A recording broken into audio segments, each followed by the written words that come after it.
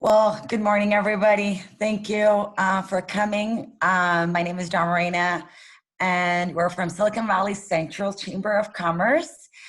Today we have with us Karen Mathews Radau. I hope I pronounced it right, Ms. Karen. Ms. Karen is the CEO and founder of Small Business HR Services, and she outsources HR solutions for small business to mid-sized companies. She has an MA in organizational psychology and a BS in business management. Karen has additional training and certification, most notably as a certified coach and NLP. I'm not going to say the whole thing because I can't pronounce it. Master practice. Additionally, she has a passion for giving back to the community, and she has donated her time to sit on the board of directors currently as board president of 𝗙𝗵𝗏𝗑 Labs. Karen, would you like to start?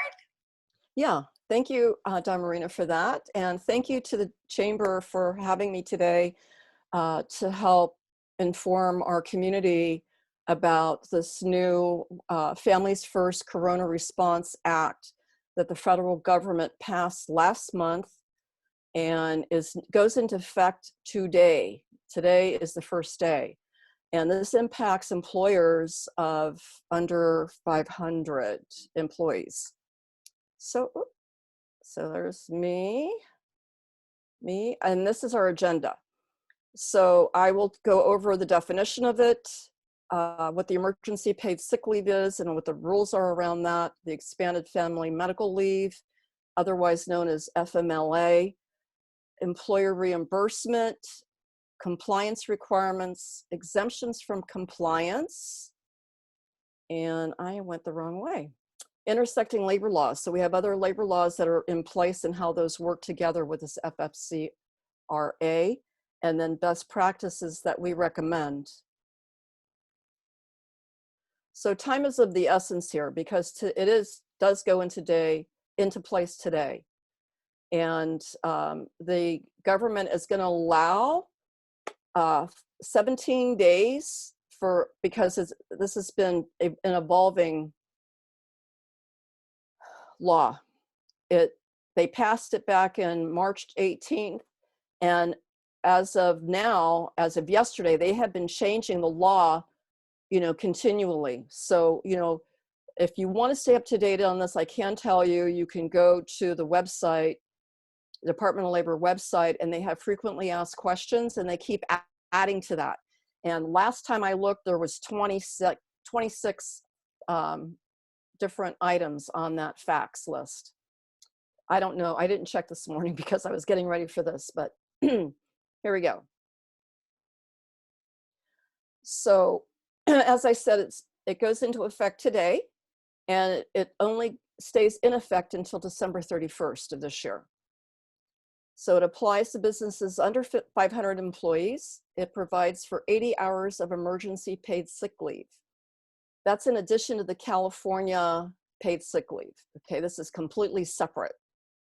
This is an expanded family medical leave up to 12 weeks. So you should know, if you're an employer, a small business employer, there is an FMLA in place now. However, it only applies to those employers that have 50 or more employees. In this particular case, under the FFCRA, it's expanded and it applies to all size employers under 500. So this total leave, and when I say total leave, I mean total for emergency paid sick leave and the expanded FMLA, is a total of 12 weeks. Now, an employee can take 12 weeks of FMLA, but then they don't get the emergency paid sick leave separate. So the total amount is 12 weeks. And the employers will receive reimbursement through their employment taxes. Oops. Okay, so the emergency paid sick leave provides immediate leave at regular rate of pay, and that regular rate of pay, when they calculate that, must include overtime. It is granted only for the COVID-19 And the reasons for an employee to take that leave is listed here in numbers. So, and this is actually taken from the law, and this is how it's listed on the Department of Labor website. So it's important to be paying attention to what the specific reasons are, because it affects how you allocate the emergency paid sick leave and how you allocate the expanded FMLA. And by the way, I am open to taking questions as we go.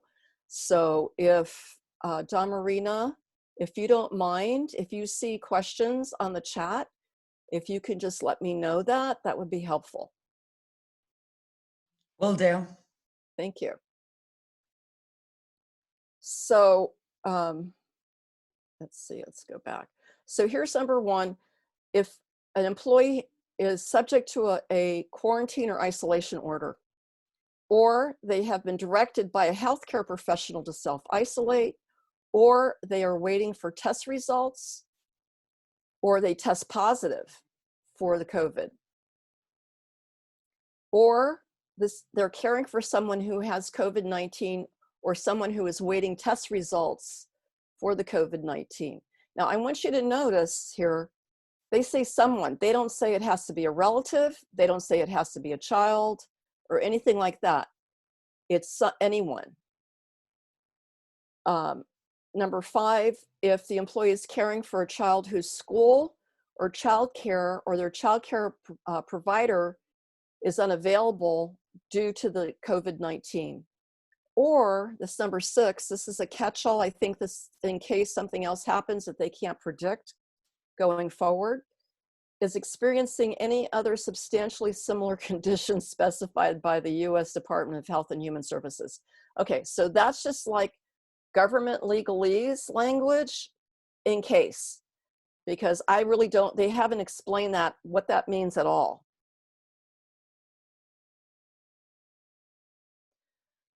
Okay, I'm sorry, I apologize. I keep going back. It won't let me use my cursor here. So the emergency paid sick leave is not retroactive. So if an employer has already given paid leave to their employees before today's date, it doesn't apply.